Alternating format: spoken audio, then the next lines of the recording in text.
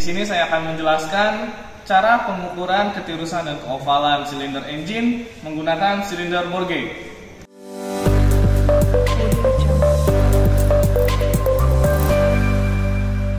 Langkah pertama adalah kita persiapkan alatnya dan melakukan kalibrasi terhadap alat tersebut. Di sini kita menggunakan vernier caliper dengan ukuran 0 sampai 150 mm dan ketelitiannya adalah 0,05 mm. Kita lanjutkan dengan pengecekan secara visual terlebih dahulu. Rahang masih baik, tidak ada celah. Lalu tangkai kedalaman masih baik karena tidak ada tonjolan. Dan kita coba slide-nya, masih baik dan penguncinya berfungsi dengan baik. Lalu kita kalibrasi alat tersebut dan menunjukkan hasil yang masih baik karena skala nonius 0 dan skala utamanya yang 0 itu masih sejajar. Selanjutnya kita kalibrasi mikrometer.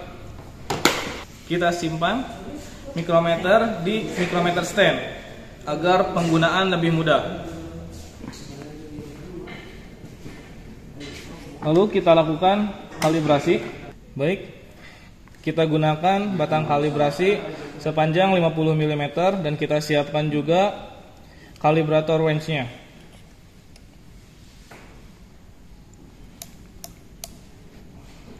Baik, kita lakukan kalibrasi hingga mencapai garis 0. Ya. Setelah 0 sejajar, maka tandanya kalibrasi sudah selesai dan mikrometer siap digunakan.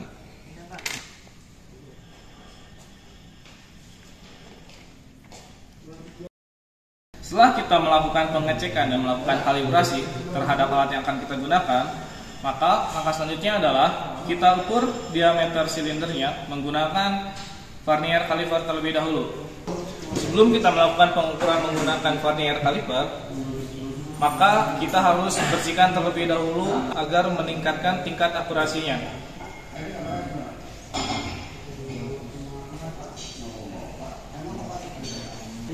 Lalu kita gunakan vernier caliper ini untuk mengukur silinder yang akan kita ukur.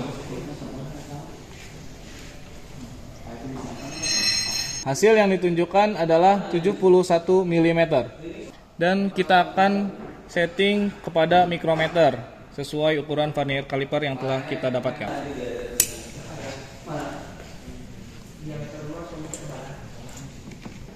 Kita setting mikrometer sebesar 71 mm sesuai dengan ukuran kasar dari vernier caliper tadi.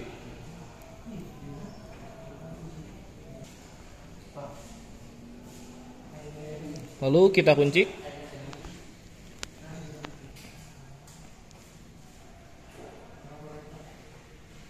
Kita siapkan silinder bore gauge-nya. Baik, di sini tersedia replacement rod dan replacement washer. Replacement rod itu dimulai dari nomor 1 dengan panjang 50 mm, lalu nomor 2 55 mm, dan terus kelipatan 5 hingga nomor 11 yaitu 100 mm. Dan untuk replacement washer yaitu yang terbesar adalah 3 mm, 2 mm, 1 mm, dan 0,5 mm. Baik, ini adalah silinder bore gauge. Di sini terdapat bagian-bagian. Di sini terdapat skalanya. Ini adalah bagian dial gauge-nya. Lalu ini adalah gripnya. Lalu di sini ada measuring point-nya. Dan setelah kita mengetahui ukuran kasar dari diameter silinder yang kita akan hitung, kita bisa menyiapkan rod dan washernya. Dengan ukuran kasarnya adalah 71 mm, maka kita siapkan rodnya sebesar 70 mm dan washernya yaitu 1 mm ditambah 0,5 mm. Di sini kita menggunakan replacement rod 70 mm dengan tambahan replacement washer yaitu 1 mm dan 0,5 mm. Baik, kita pasangkan washer pada replacement rod. Kita pasangkan pada measuring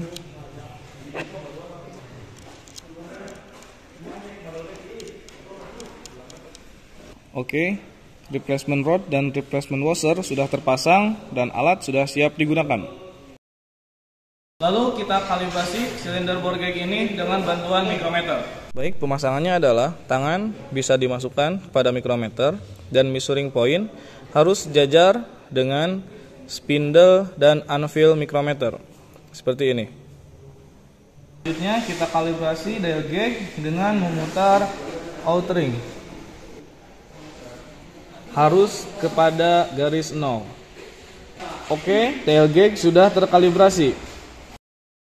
Setelah siap digunakan, maka kita ukur bagian A, yaitu 10 mm pada bagian atas.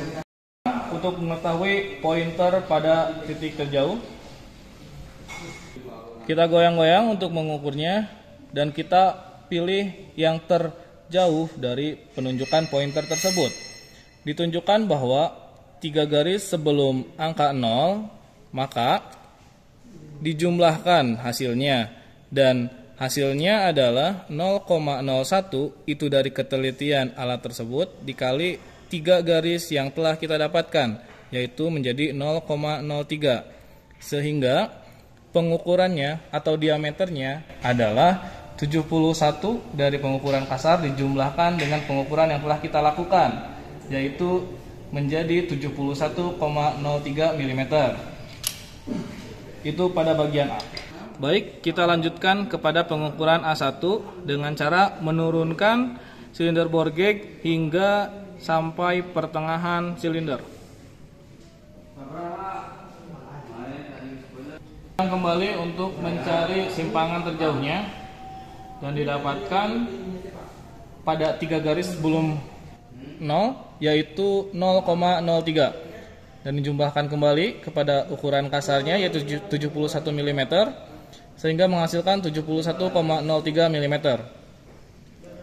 Lanjut, kita lanjutkan pengukuran A2, yaitu dengan diturunkan ke bawah hingga pada kira-kira 10 mm dari bagian silinder bawah. Kita goyang lagi dan di sini menunjukkan pada simpangan terjauhnya, yaitu pada garis ketiga sebelum 0, sehingga didapatkan 0,03 mm, dan kita jumlahkan dengan pengukuran kasar 71 mm dan mendapatkan hasil 71,03 mm. Kita lanjutkan pada pengukuran B. Kita ukur pada bagian B 10 mm dari silinder bagian atas. Dan kita goyangkan kembali untuk mencari simpangan terjauhnya. Lalu didapatkan hasil 4 garis sebelum garis 0. Maka 0,04 hasilnya, dan kita jumlahkan dengan ukuran kasarnya, yaitu 71 mm, sehingga mendapatkan hasil 71,04 mm. Kita lanjut pada pengukuran B1, yaitu kira-kira sekitar tengah silinder.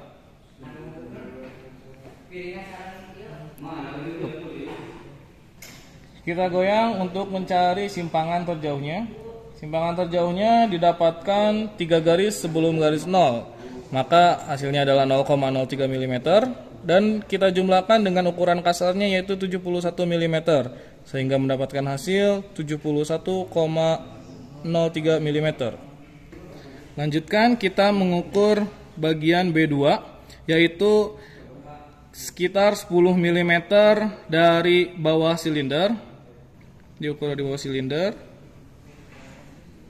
Oke. Sama seperti sebelumnya, kita goyangkan untuk mencari simpangan terjauhnya. Dan didapatkan yaitu 3 garis sebelum garis 0, maka hasilnya adalah 0,03 mm. Dan dijumlah dengan ukuran kasar, yaitu 71 mm, sehingga jumlahnya adalah 71,03 mm. Baik, kita bisa masukkan data yang telah kita dapatkan. Penyimpangan jarum yang tadi kita dapatkan adalah berada sebelum di garis 0, 3 garis sebelum 0. Maka kita bisa tuliskan 0,03 mm, A1 0,03 mm, A2 0,03 mm. Lalu diameter silindernya kita bisa tahu dengan menjumlahkan hasil dari pengukuran kasarnya yaitu 71 mm dijumlahkan dengan penyimpangan jarumnya dan menghasilkan 71,03 mm. A1 71,03 mm dan A2 71,03 mm. Dilanjut pada posisi B yaitu 0,04 mm, B1 0,03 mm, B2 0,03 mm. Dan kita jumlahkan seperti tadi menggunakan hasil pengukuran kasarnya yaitu 71,04 mm, 71,03 mm dan B2-nya 71,03 mm. Diameter silinder yang kita dapatkan ini kita bisa tuliskan pada pengukuran ketirusan dan keovalan di bawah. A 71,03 mm. Lalu A1 71,03 mm. A2 71,03 mm. B 71,04 mm. B1 71,04 mm dan B2 71,03 mm. Maaf, ini 03. Nah, kita bisa melihat ketirusan dari bagian A yaitu dengan cara yang terbesar dikurangi yang terkecil. Karena ini sama, maka ketirusannya adalah 0,00 mm alias masih bulat dan masih bagus. Lalu ketirusan dari yang B yang terbesar dikurangi yang terkecil yaitu 71,04 dan dikurangi 71,03 dengan hasil 0,01 mm. Maka terjadi ketirusan 0,01 mm. Dilanjutkan pada keovalan yaitu B dikurangi A. B-nya kita dapatkan 71,04 mm dan A-nya adalah 71,03 mm. Sehingga didapatkan hasil 0,01 mm. Lalu A1 dan B1 sama-sama kita dapatkan 71,03 mm, maka selisihnya adalah 0,00 mm. Dan A2 dan B2 sama-sama kita dapatkan 71,03 mm, maka selisihnya adalah 0,00 mm. Kita ketahui bahwa terjadi keovalan 0,01 mm pada bagian A dan B. Dan untuk ketirusannya kita ketahui bahwa pada bagian B terjadi ketirusan 0,01 mm.